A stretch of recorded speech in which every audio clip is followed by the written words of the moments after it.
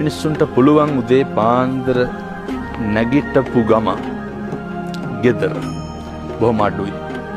නැගිටපු ගමන් පුළුවන් තථාගතයන් වහන්සේට බොහොම පුංචි වීදුරුවක් අරගෙන වහන්සේට ඇල්වතුර ටිකක් පූජා කරමු. පින් සිද්ධ වෙනවනේ පින්නතුනි. පින් සිද්ධ වෙන්නේ නැත්නම් පින් සිද්ධ වෙනවා. උදේ පාන්දර වතුර වීදුරු අරගෙන බුදුහාමුදුරුවන්ට පූජා කරලා අත් දෙක නළලට ගන්නකොට ඇතිවෙන හැඟීම මගේ බුදුහාමුදුරුවන්ට පැන් පූජා කරා.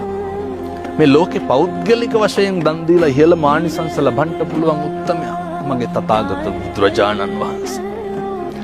උදේ පාන්දර තථාගතයන් වහන්සේට පැන් ටික පූජා කරන ගෙදරක කලකෝලහල ඇති වෙන්න වෙලාවක් නැහැ. මේවා අපේ තාත්තලා කරන්න ඕන වැඩ. එතකොට තමයි දරුවෝ ඒවා බලන්නේ. එතකොට තමයි මේ ගෙදර පවුලේ තෘප්තිය රඳා පවතින්නේ. ඕක හෙට ඉඳන් කරන්න. ඕක කරන්න පුළුවන්. ඕක බැරිකමද පින්නතුනි නොකරනකම. ඔකට විනාඩියක්වත් යන්නේ නැහැ. හැබැයි ආනිසංසය බොහොම ඉහළයි.